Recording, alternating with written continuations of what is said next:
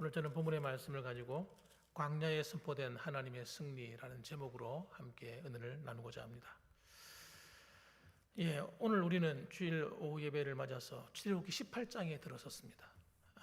출애굽기 18장을 마주하고 있는데 이스라엘 백성들이 지금까지 투박하고 거친 이 광야의 길을 걸어서 나올 때에 이 모든 걸음 하나하나가 구속사적인 하나님의 뜻을 이루는 걸음이었습니다. 하나님의 놀라운 구원의 계획을 이루어가는 그런 놀라운 시간이었어요.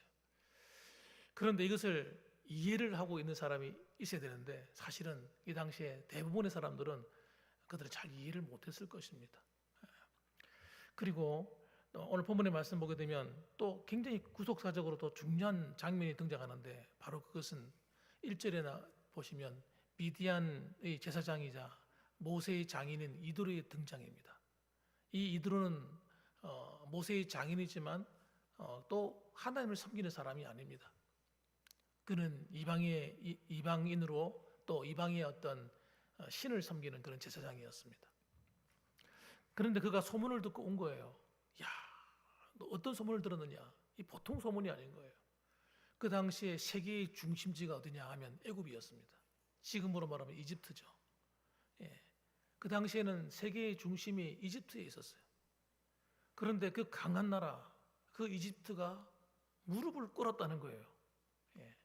그래서 200만 명이나 넘는 어마어마한 하나님의 백성들이, 이스라엘 족속들이 탈출해 나왔다는 거예요. 그런 이야기들, 홍해를 가른 이야기들, 이런 것들이 어떻게 해서 소문이 들어갔는지 벌써 가나안 땅에도 들어가고 온 사방에 다 퍼진 겁니다.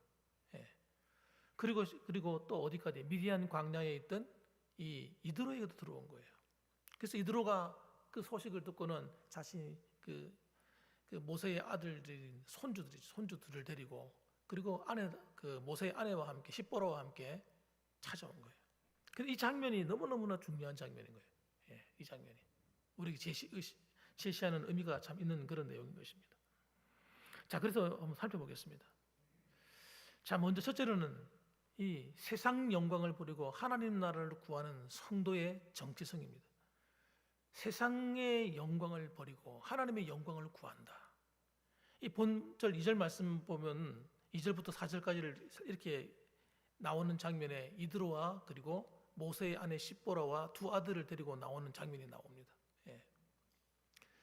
들고 나왔는데 굳이 왜 모세의 그 두 아들의 이름을 자세히 설명을 할까 하는 겁니다. 왜 굳이 두 아들의 이름을 갖다가 자세히 설명할까? 첫째는 이름이 뭐라고요? 게르솜. 둘째는요?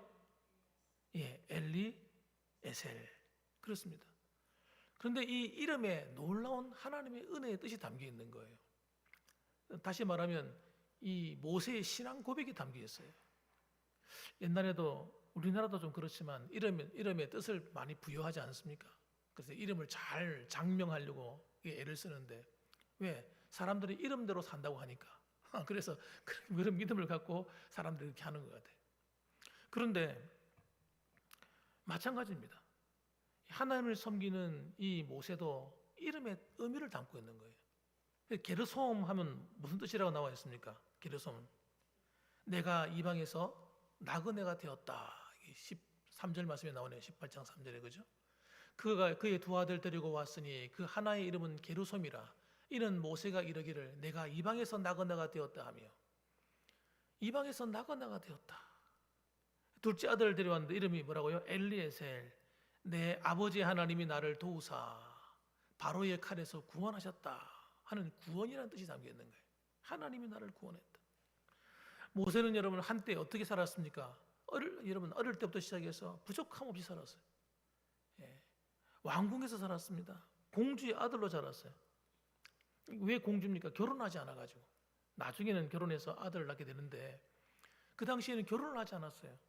그래서 양자로 들어가가지고 거기서 왕자로 컸기 때문에 정말 자기가 마음만 먹으면 세상의 모든 부귀와 영광을 손에 쥘 수 있는 그런 위치에 있던 사람이었습니다. 그런데 그가 세상의 영광을 버리고 하나님 말씀에 순종해서 그걸 배설물처럼 여기고 하나님의 백성들과 고난받기를 좋아했다고 히브리서에 보면 나와 있어요. 그래서 오직 하나님의 도우심과 구원을 바라보는 거예요. 그래서 그 은혜를 입는 사람이 누구냐? 입은 사람이 누구냐? 모세다. 이렇게 설명하고 있는 것입니다. 저는 이걸 보면서 예수님께서 산상수훈에서 천국 백성들에게 외치던 말씀이 기억납니다. 너희는 먼저 그의 나라와 그의 의를 구하라. 그리하면 이 모든 것을 너희에게 더하시리라. 하나님께서도 오늘 우리에게 주시는 것이 뭐냐면요, 이 세상 나라에서의 영광이 아닌 거예요. 너희들이 구해야 될 것은 이 땅에서의 영광이 아니다. 이 땅에서 어떻게 하면 잘 먹을 것이냐, 잘 살 것이냐, 이거 아니다 하는 거예요.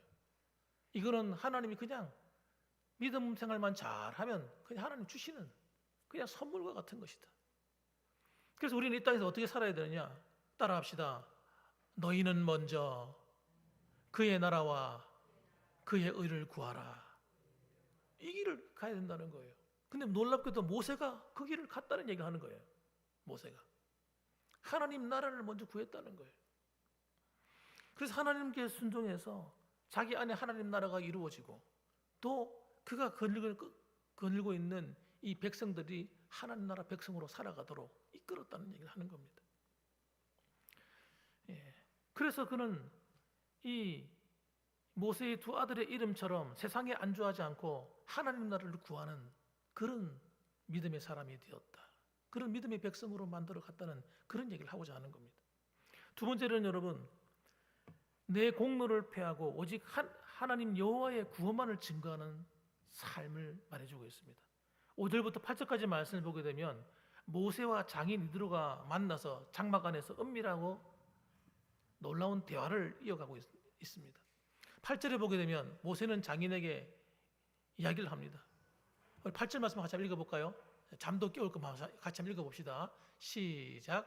모세가 여호와께서 이스라엘을 위하여 바로와 애굽 사람에게 행하신 모든 일과 길에서 그들이 당한 모든 고난과 여호와께서 그들을 구원하신 일을 다 그 장인에게 말하매. 지금 하나님이 행하신 일을 자랑하는 거예요. 모세는 이렇게 얘기하지 않았습니다. 내가 탁월한 식견이 있어가지고 내가 이스라엘 백성들을 잘 인도할 수 있었습니다. 내가 과거에 장인어른과 함께 있으면서 이 미디안 광야에서 있으면서 이 광야의 지리를 내가 잘 알지 않습니까? 그래서 내가 잘 인도할 수 있었습니다. 이런 얘기를 하지 않습니다. 자기가 어떤 애굽에서 지내면서 어릴 때부터 배웠던 그 학문 때문에 내가 이 백성들을 이끌고 나오는데 별 어려움이 없었습니다. 이런 얘기를 하지 않는 거예요.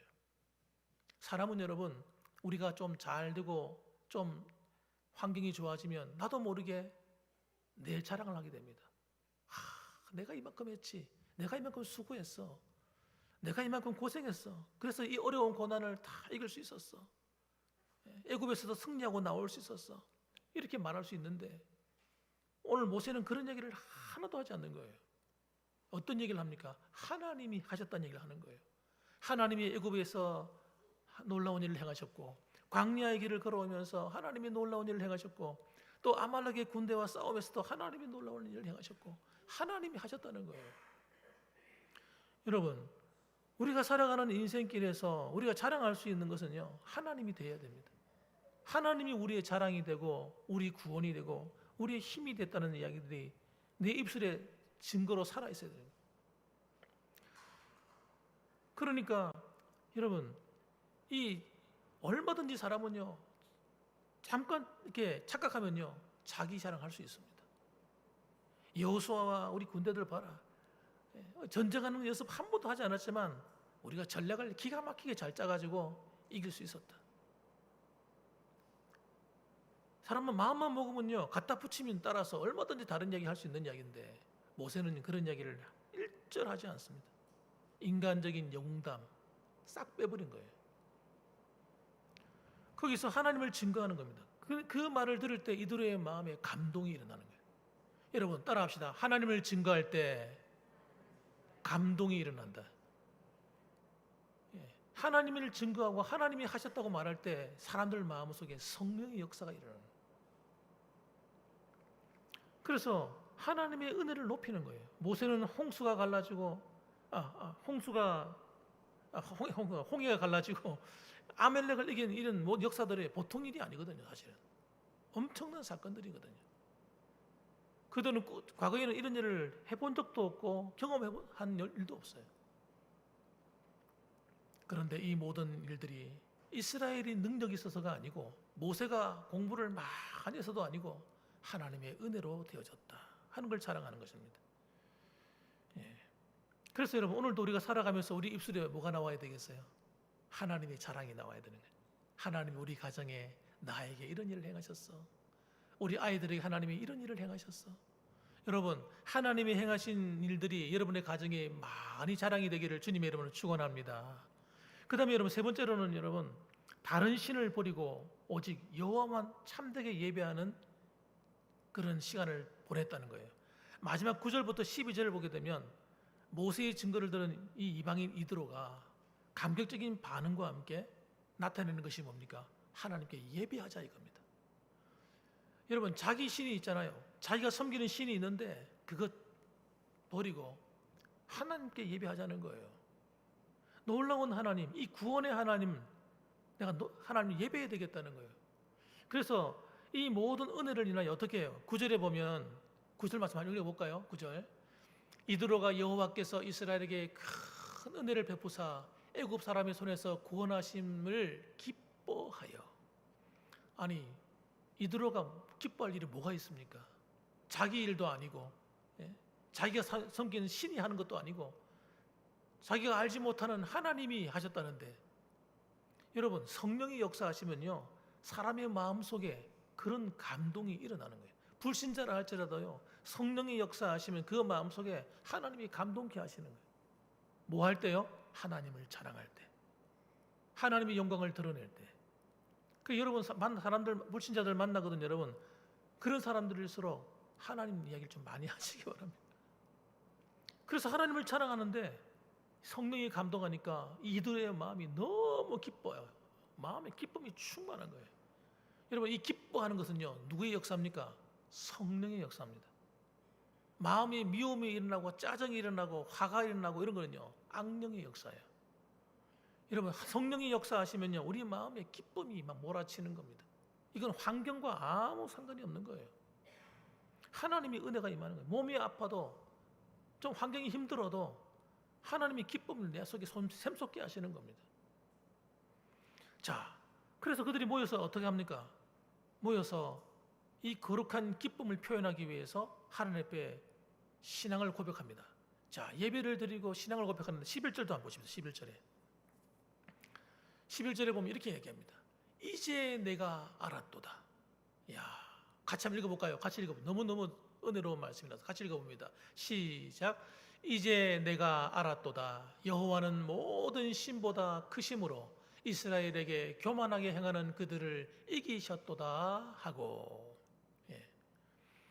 이드로가 그 간증을 듣는 가운데 막 마음에서 막 불같은 마음이 일어나고 하나님께 대한 예배하고 싶은 마음이 막 일어나는 거예요. 그러면서 하는 이야기가 이제 알았다는 게 이제, 야, 하나님이 어떤 분인지 이제 알았다는 거야. 놀라운 하나님이라는 거예요. 그 세계를 지배하던 그 애굽, 그 강대국 애국을 누가 이길 수 있겠습니까? 하나님이 그들을 깨트리고 박살내셨다는 거예요. 그리고 그들을 거기서 구원했다. 이건 전적인 하나님만이 하실 수 있는 이야기다 하고 기뻐하는 겁니다. 예. 신앙 고백과 같은 거 이거는. 여호와는 모든 신보다 크시다. 이러면서 야, 하나님의 위대하심을 자랑합니다. 예. 그러므로 여러분, 우리가 살아가면서 우리의 삶 속에 일하시는 그 하나님을 믿으셔야 됩니다. 나를 구원하신 그 하나님을 정말 믿으셔야 돼요. 내가 우연히 예수 믿은 것이 아니고 우연히 교회 나온 것이 아니라 하나님의 능력으로 되어진 것이다. 그래서 이 구원의 역사는요, 우리가 볼 때는 아유, 아무나 다 예수 믿는 거 아니야? 이렇게 생각하시겠지만 절대 아닙니다. 절대 아니에요. 예수 믿는 게 얼마나 어려운지 아십니까? 여러분, 예수 믿는 게 얼마나 어려우냐면요, 복음을 듣는다고 믿는 게 아니에요. 여러분이 예수 믿는 게 너무 쉽게 믿은 것 같으니까 그러시는데 아닙니다. 지금도 우리 뒤에 우리 정선무 씨가 나와 계시는데, 저 두 분이 우리 교회 나오는 건요, 진짜 보통 사건이 아니에요. 이거는 어마어마한 사건이에요. 어마어마한 사건. 전사몽 씨가 지지난주에 집에서 예배를 저하고 같이 드리면서 예배 마치고 가서 이제 모시다 드리고 거기서 차 한 잔 하면서 그래서 이제 예수님 영접 기도를 같이 하셨어요. 진심으로 기도하십니까? 그러니까 진심으로 정말 간절한 마음으로 기도한다더라고요. 그래서 정말 마음이 영접하셨어요. 제가 가면요 얼마나 기뻐하는지 몰라요. 예. 그 믿음의 역사가 일어나면 마음의 문이 막 열리는 거예요. 자기도 모르게. 평생 거부하고 안 믿을 거예요. 그래서 주변에 있는 분들이 그렇게 말씀하는데요. 저 사람은 교회 나갈 사람이 아니라는 거예요. 어떻게 교회를 나가냐는 거예요. 여러분, 예수 믿는 건요 진짜 어려운 일이에요. 하나님의 은혜 아니면요 믿어지지가 않는다는 게 믿어지지가 않아. 교회 문턱 넘는 거 있잖아요. 마치 저 높은 히말라야 산맥을 넘는 것 같아. 교회 나오는 것이. 하나님의 은혜를 주셔서 사랑하시니까 우리 전삼봉 선생님도 교회 나와서 따라합시다. 예수 믿고 하나님의 자녀가 되었다. 그럼 정삼봉 선생님은 그렇습니까? 우리도 마찬가지라니까요. 우리가 하나님의 특별 대우를 받은 거예요. 특별한 은혜를 입은 겁니다. 그러므로 여러분, 이 땅 살아가는 날 동안에 나를 구원하신 그 하나님이 지금도 나를 떠나지 아니하고 영원토록 나와 함께한다는 사실을 절대로 잊어서는 안 됩니다. 어떤 어려움이 있든지 속상한 일이 있든지 또는 몸이 불편하든지 상관없이 하나님은 나를 너무너무 사랑한다는 거예요. 그 하나님의 사랑이 오늘도 여러분과 함께 하셔서 마치 모세와 함께 하셔서 모세의 일생을 주관해 주시고 이스라엘 이 나라를 하나님께서 지켜주시고 보호하셨던 것처럼 오늘도 여러분 저와 여러분을 지키시고 보호하실 것이고 앞으로 영원토록 함께 하신다는 사실을 여러분 꼭 믿으시고 이번 한 주간도 믿음으로 승리하시고 늘 여러분 어떤 몸이 힘들든지 삶이 고단하다 할지라도 그것 때문에 기죽지 마시고 또 용기 내시고 또 한 걸음 한 걸음 앞을 향해 나가시는 저와 여러분들 되시기를 주님의 이름으로 축원합니다. 아멘. 기도하겠습니다.